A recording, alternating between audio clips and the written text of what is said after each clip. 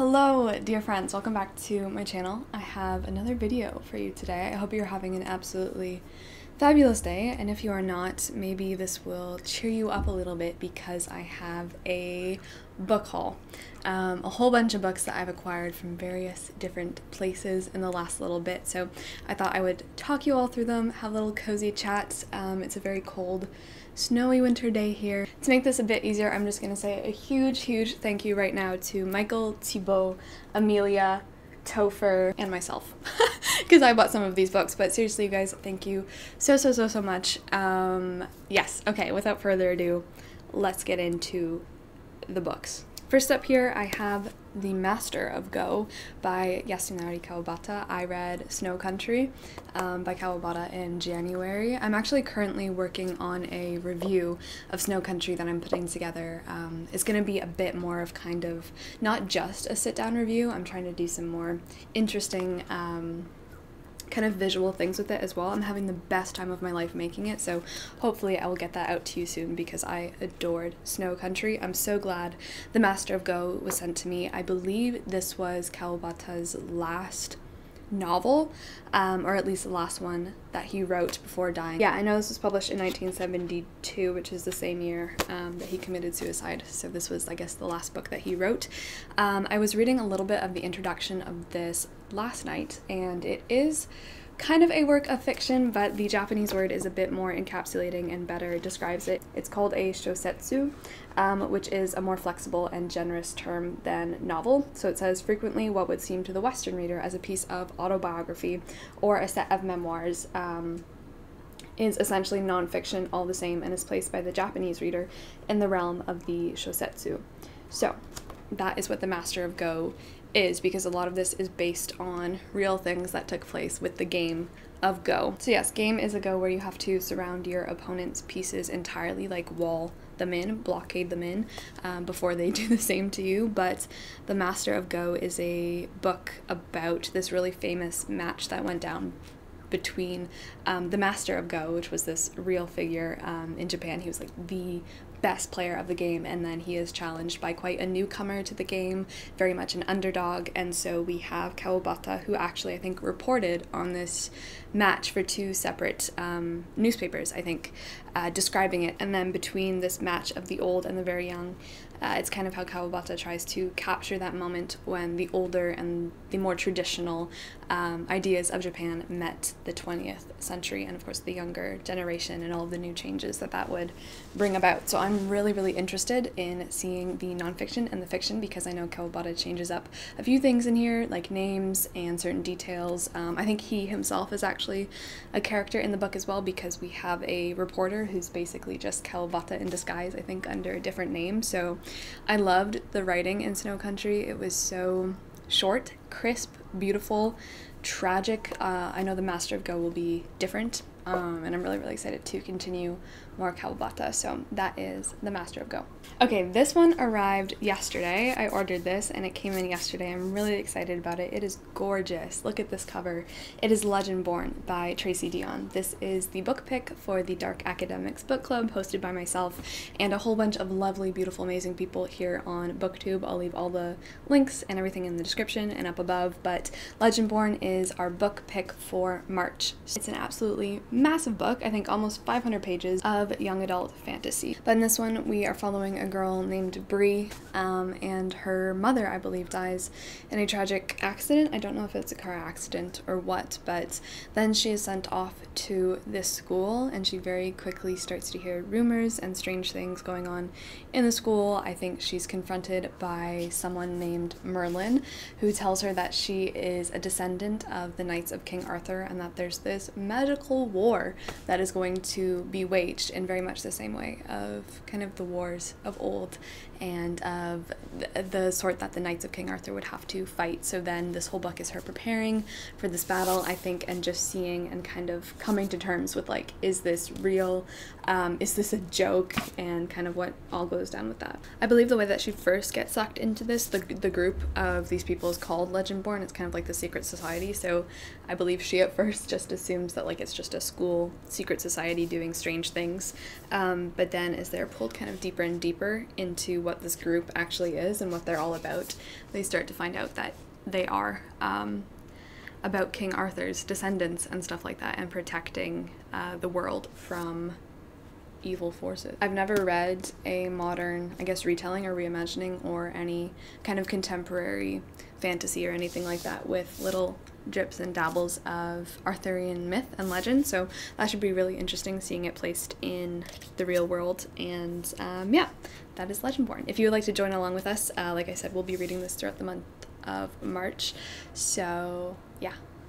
Next up, I have The Days of Abandonment by Elena Ferrante. This is another piece of Italian literature.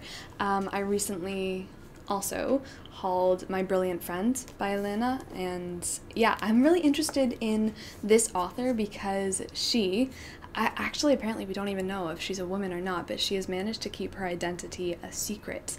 A lot of people were leaving comments about it and having conversations about it in my last book haul, and I just thought it was so interesting, so cool. I think it's just such an interesting way of being an author, and I would just love to know more about that. But The Days of Abandonment is about this woman named Olga, and her husband leaves her, and she is very much distraught. It's about the days where she is alone. It's a pretty short one, and it's all about motherhood and womanhood and what you are when someone leaves you. I think the front cover says that Olga's days of abandonment becomes a desperate, dangerous freefall into the darkest places of the soul as she roams the empty streets of a city that she has never learned to love. So this one's probably going to be quite the hard one to read, but I'm just really interested in seeing Ferrante's writing because I haven't read her yet, and I'm just really, really looking forward to that. So this one is The Days of Abandonment. Okay.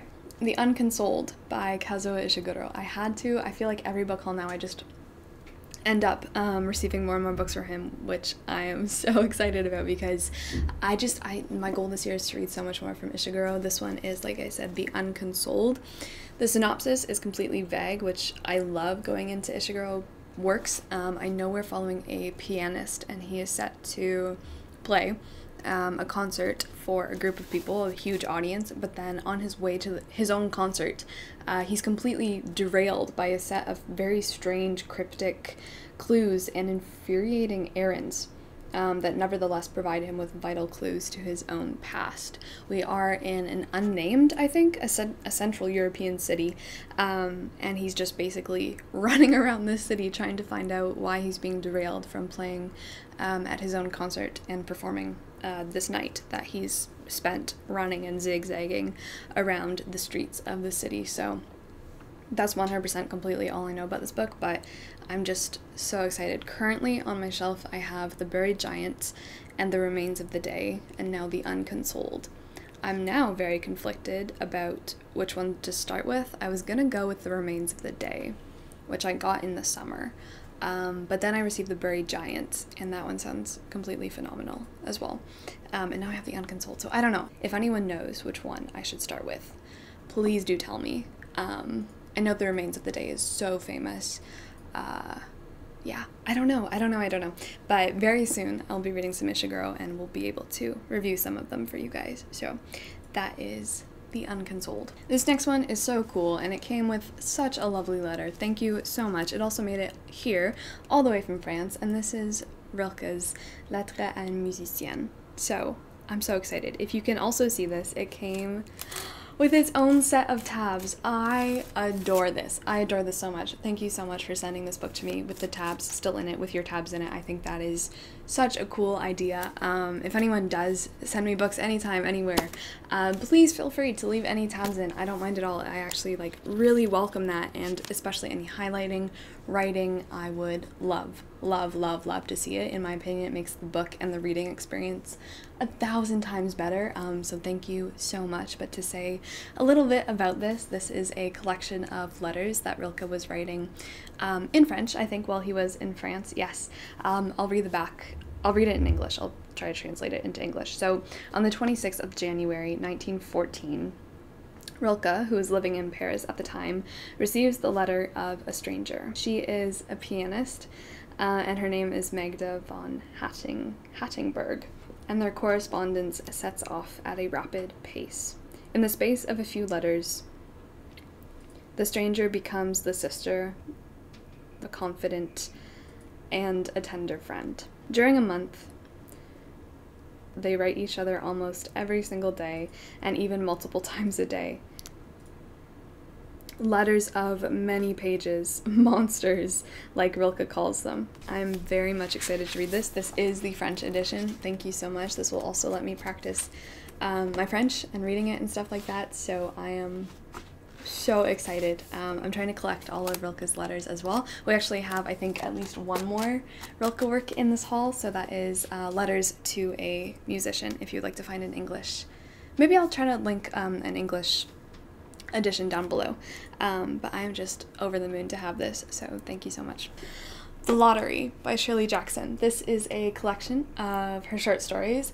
The Lottery is, I guess, the title, but it's called one of the most terrifying stories written in this century. Powerful and haunting, horrible, superbly contrived. Cancel my subscription. Nights of unrest are typical reader responses to The Lottery. I have absolutely no idea what this short story is about, but I'm very much interested in reading all of Shirley Jackson's work. I've only read We Have Always Lived in the Castle, but that was one of my favorite books of 2020. I loved it. I have The Haunting of Hill House up on my shelf as well, so I'm really happy to be able to add a collection of her shorter works and shorter stories to my shelf as well. So that is The Lottery. Okay, this one is an absolutely stunning looking book. The cover is beautiful. It also has a very nice texture, and this is The Book of Longings by Sue Monk Kidd. I've seen this around a little bit, but I hadn't really known what it was about. I think I saw like the cover because it's a very memorable cover. It's got like wonderful stars on it and then a bit of papyrus in the background, but I saw this on Libby, I think, and then it was sent my way, so thank you so much. But this is about the wife of Jesus, actually, which is so interesting. It's historical fiction. It's just absolutely, this whole thing is absolutely gorgeous, but it is a work of historical fiction in which, like I said, we are following the wife of Jesus, Anna. I read the opening page of this book, and it like blew me away because I wasn't like too sure what I was getting into, what to expect from this. I know nothing pretty much about this topic, but the first like paragraph, it just said, "I am Anna. I was the wife of Jesus, Joseph of Nazareth. I called him beloved, and he laughing called me Little Thunder. He said he heard rumblings inside me while I slept, a sound like thunder from far over the Nahal Zippery Valley or even farther beyond the Jordan. I don't doubt he heard something. All my life, longings lived inside me, rising up like nocturnes to wail and sing through the night. That my husband bent his heart to mine on a thin straw mat and listened was the kindness I most loved in him. What he heard was my life begging to be born." What? What? Wow. So Anna is raised in a pretty well-off and wealthy family with ties to the ruler of Galilee, and I think her family has basically her future mapped out for her. She's set to marry a very old widower, which she is horrified by. She spends most of her time, I think, writing and reading, and writing specifically about women who don't really have a voice or who can't write for themselves. And then the synopsis says that she has an encounter with 18-year-old Jesus, and it changes like everything in her life. And then, of course, they get married, which is what this book is about, so it follows their life, their marriage, and obviously the troubles that they go through. Anyway, I'm now super interested in this. What I read was just so beautiful, and I've not read anything from Sue Monk Kidd before. That is The Book of Longings. I am longing to read this book. Okay. We also have a couple Murakami books in this book haul because I think it's an unavoidable thing now, but the first one is The Elephant Vanishes. This is another collection of short stories. I'm slowly growing and learning to love short stories because I used to hate them and avoid them so much, but I'm at least coming to embrace them a little bit more, especially when it comes to authors that I know I love, because I'm just not a super big fan of the short story as like a literary thing. But like I said, there are exceptions. So The Elephant Vanishes is a whole host of short stories by Murakami. We have a man who loses his favorite elephant, and his life is just completely derailed because he's lost an elephant. A couple's midnight hunger pains drives them to hold up a McDonald's. A woman finds that she is irresistible to a small green monster that burrows through her front garden.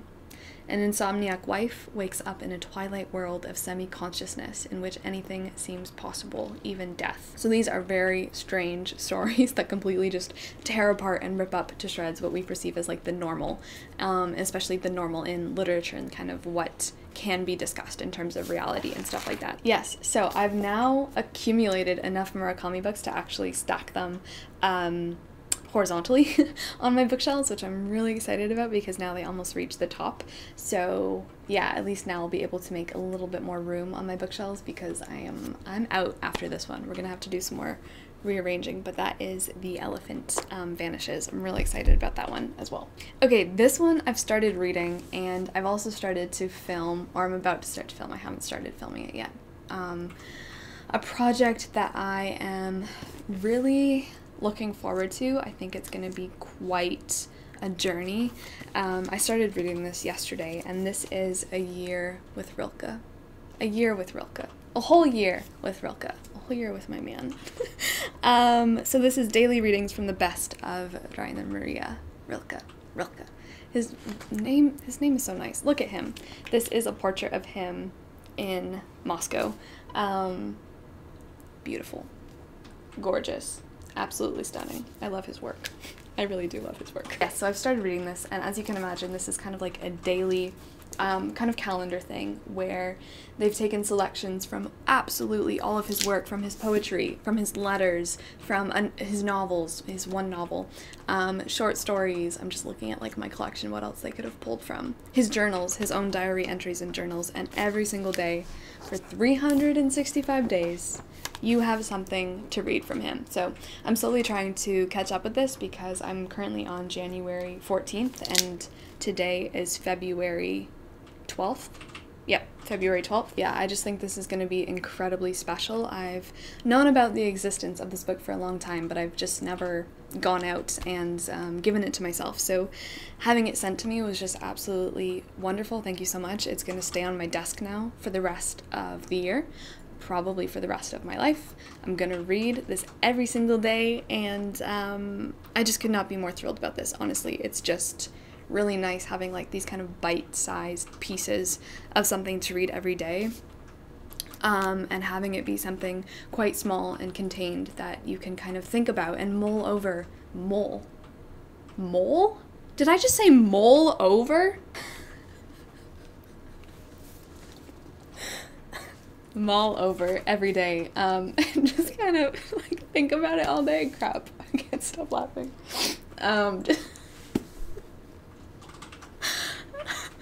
know why that's so funny to me. And just kind of think about every day. And like think about and break apart, and mull over. Yeah, so I've highlighted a few, and it's just been really nice because my goal this year is to read so much more of Rilke, and of course I'm going to read bigger works from him and expansive things that he's written, and I have so many volumes now to rifle through, but to just have this as well as a constant companion every single day and to kind of have another excuse to insert Rilke into my everyday life. And then, yeah, I think it's brilliant. I love having these small snippets of things to read every day. I've tried to do that in the past as well with some other things. Even just like poetry books, I love doing it with collections of poetry, just reading one poem every single day and really trying to get the most out of what you can get out of it.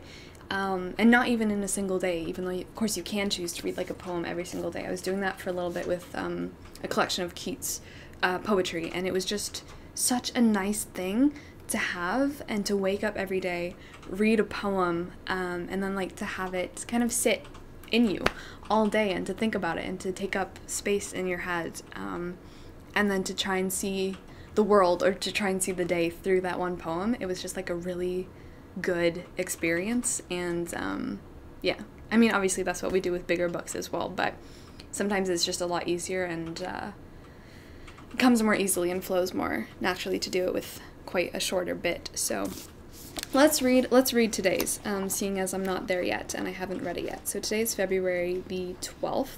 I hope you're having a good day. Obviously it won't be February the 12th when we see this. Okay, so February the 12th is a poem from his collection of poetry called New Poems. And this one is called In the Asylum Garden. Let me put my glasses on. Nope, I've lost my glasses. Let me not put my glasses on. Okay, here it is. In the Asylum Garden. The abandoned cloister still encloses the courtyard as if it were holy. It remains a retreat from the world for those who live there now. Whatever could happen has already happened. Now they are glad to walk the trusted paths that draw them apart and bring them back together, so simple and willing.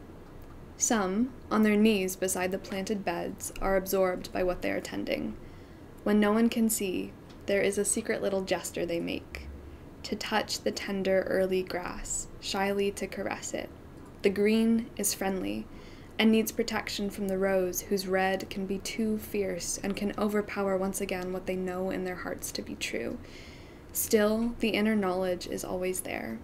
How good the grass is and how soft. Oh, okay. Yes, so this one is going to stay on my desk for the rest of time. Immemorial. Rest of time, immemorial. It's gonna stay on my desk. Okay. All right, moving on to Middlesex by Jeffrey Eugenides. Very much excited about this.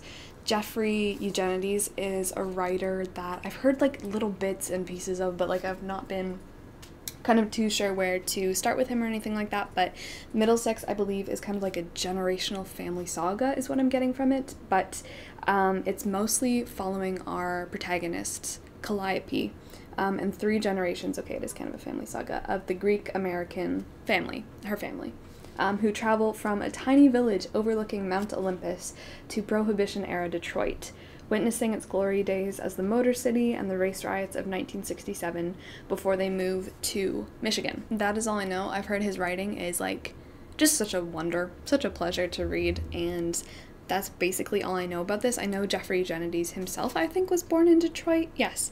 So yeah, I've heard a lot about the virgin suicides, which I think is like his, or at least maybe it's his most well known. I tried to say it all in one go. Book, at least the one I've heard the most about, but that is Middlesex. Okay, I bought this one a while ago because I've just heard so much about it. It sounded like the perfect middle grade book, and my middle grade shelf I think is like the smallest, is it the smallest section on my bookshelf? Which is surprising because I love middle grade books, but I've read every single middle grade book I own except for Anne of Green Gables. I have not read Anne of Green Gables, and I also have The Amber Spyglass by Philip Pullman, which I think is the 3rd book in his Dark Materials series, but I haven't read the 2nd one. I don't have the 2nd one, so those are the 2 I haven't read. So I thought I would gift myself another one, and this is Green Glass House by Kate Milford. I've heard so much about this recently, especially because it was quite recently Polarthon, which is hosted by Jade from J.D. Ray Reads. That's actually where I first heard about Green Glass House from, but this sounds like the absolutely like coziest, snowiest book ever, because we're set at Green Glass House, which is like this very remote, isolated place. And we are following our protagonist, who is a 12-year-old boy named Milo, and he is the innkeeper's adopted son.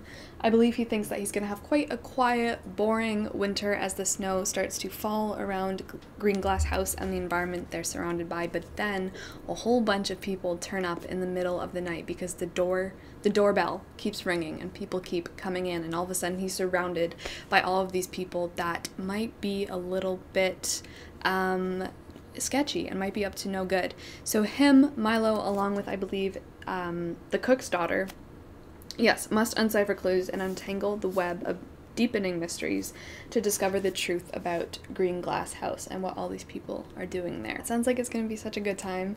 I'm very much excited to get into this one. I've heard so many people just absolutely love it, so I had to pick it up. So that's Green Glass House. Okay, this one was sent to me after one of you guys watched my December wrap-up where I was talking about Neil Gaiman and The Sandman, because I accidentally read, I think, you said it was the, it's a sequel series, the one I was reading, so whoops. But thank you so much, because I was sent The Sandman, Preludes and Nocturnes, which is the one that I need to start with. This is absolutely gorgeous. So I'm very excited to now know where to start and to have somewhere to, wow, look at this. It smells amazing. It smells so good. You know that like plastic inky book smell? Yes. Yeah, but I'm really excited to have another comic to read because I've read almost, I think all but one of the graphic novels and comics, oh, I know. I have a few mangas that I haven't read, but yeah, I'm very much looking forward to reading this and like having the right place to start. So thank you so much. This looks amazing. I'm so excited to, actually one of the characters in here kind of looks like Neil Gaiman. Maybe it's just me, but I think it really does. Let me show you. Where did he go? This guy. Does that not kind of look like Neil Gaiman? Come on. I don't know who this is. I mean, maybe I'm just missing, because I haven't read it yet, so maybe it's kind of like a, you know, but I thought that just really looked like Neil Gaiman. It totally looks like him. Alright, moving into some more sci-fi. Very excited to have some more sci-fi because I finished all the sci-fi I own, except for Red Rising, but I have Red Rising on audiobook coming in soon. So, this is Artemis by Andy Whittier. It's got to be one of those. So he famously wrote The Martian, but Artemis is a little bit different. I believe this is about, we're set on the moon, I think. And our protagonist is a girl named Jasmine, and she lives on Artemis, which is humanity's first and only, so far, colony on the moon, a lunar colony. She's always wanted kind of more for herself and more for her situation than she's had. She wants to be rich, not like crazy rich, but just, you know, well off on this moon, because I think she's going through a lot on this lunar colony, and she is having to be kind of a petty criminal, but then she's offered a chance at kind of a bigger job and to do something a bit more risky, but for a bigger payoff, I guess. So she goes on this job. I'm not sure if it goes disastrously wrong or what, but regardless of how this plan goes, it basically leads her into discovering this kind of scheme and plan and wrestle for control of Artemis, of the colony itself on the moon, and she's kind of in the middle of this little war and fight for control. So I've never read anything from Andy Weir, but I'm really looking forward to this because so many people love The Martian, of course, and I haven't heard too much about Artemis, so I'm interested to see what I'll think of it, but that is that one. This stack is dangerously close to falling apart. Okay. This one's really interesting. Carolyn and I were talking about this, and this is Mr. Dickens and His Carol by Samantha Silva. This is historical fiction about Charles Dickens struggling to write his famous story, A Christmas Carol. He's not doing well, he's kind of down on his luck, he's not in the Christmas spirit, shall we say. His newest book is an utter flop, the critics have turned against him, relatives near and far hound him for money, and his publishers tried to blackmail him into writing a Christmas book, and he says no. So he's having like the worst time of his life, but then he meets this woman named Eleanor, because Charles Dickens, a lot what he would do when he's trying to get inspiration, when he's going through writer's block, he would take walks. He would just walk for hours and hours and hours, take a little notebook with him through the streets, and just walk and see what he would see and write down any observations or any ideas that would come into his mind. Actually, I think there's a whole, I don't know if it's a book, there's a whole book about his journal entries. Forget what it's called, maybe I'll leave it here if I find out, but Carolyn and I were talking about it, and his like book of inspiration and ideas that he got from just taking these walks at night. So that's where he meets Eleanor on one of these walks, and then she kind of takes him on like a Scrooge like journey where he's essentially Scrooge, and they talk about his life and stuff like that. So I think I'm very much looking forward to this. I think this was recently turned into a movie because Carolyn was screaming at me about it, and yeah, this is just gonna be so interesting, especially to read when we get to A Christmas Carol for the Dickens versus Tolstoy great debate in December of 2021. So I think I'm gonna save that one for then, and yeah, I'm very much looking forward to this as well. All right, the second last book here is more Murakami. We have Killing Commendatore. Yeah, this is a huge one. This is another big one. This book just sounds so essentially Murakami. I'm not sure if I love all the things that Murakami writes about, but they definitely do tend to get quite repetitive. I don't know if they'll ever get boring, because the repetition of his themes and what he loves to write about doesn't necessarily mean it'll be boring for me, but I'm just interested to see if there's new spins on these old things that he loves writing about, because this one's about a 30-something portrait painter who is abandoned by his wife, left alone, and he's kind of lost, and he eventually comes to stay in a isolated home of a very rich artist. One day, the young painter hears a noise from the attic, and upon investigation, he discovers a previously unseen painting.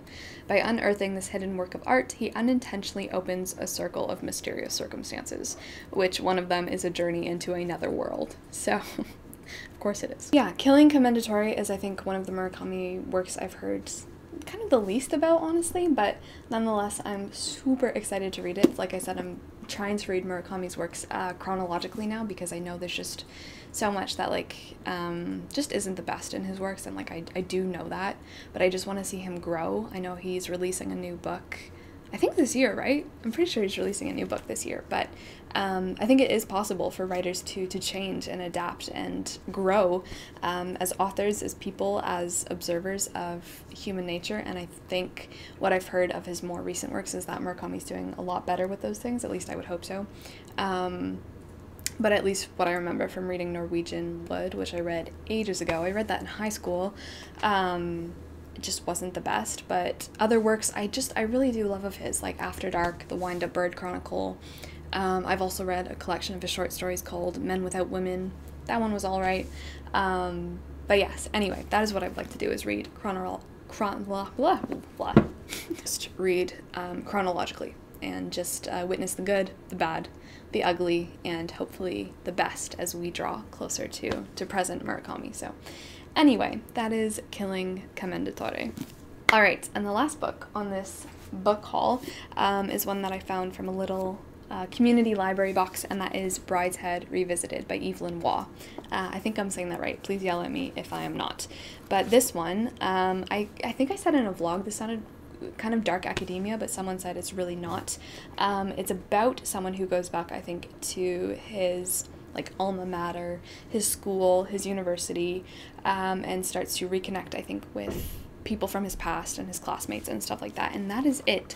That is all I know, but this one is always on those essential kind of academia, or books about academia, books centered and finding themselves in the middle of academia and stuff like that. So I'm really excited. I know Carolyn read this recently as well, and she really liked it, so that spurred me to want to pick it up as well sooner rather than later. I really love this cover as well. I think it's really nice. So that is the last book on this book haul. Thank you ever so much for watching. I hope this provided you with a little bit of relaxation or interest or a little break in your day, no matter what you are doing. I think right now I'm gonna just go for a little walk because the sun is finally starting to come out. And yeah, just once again, a huge thank you to everyone who sent me any of those books at all. Thank you so much. I love you so much. I appreciate it so much. I guess the first thing I need to do is put them all back on my shelves now, but regardless, I hope you are doing wonderful, and I will see you very soon in my next video. Thank you. Thanks for being here. Okay, ciao.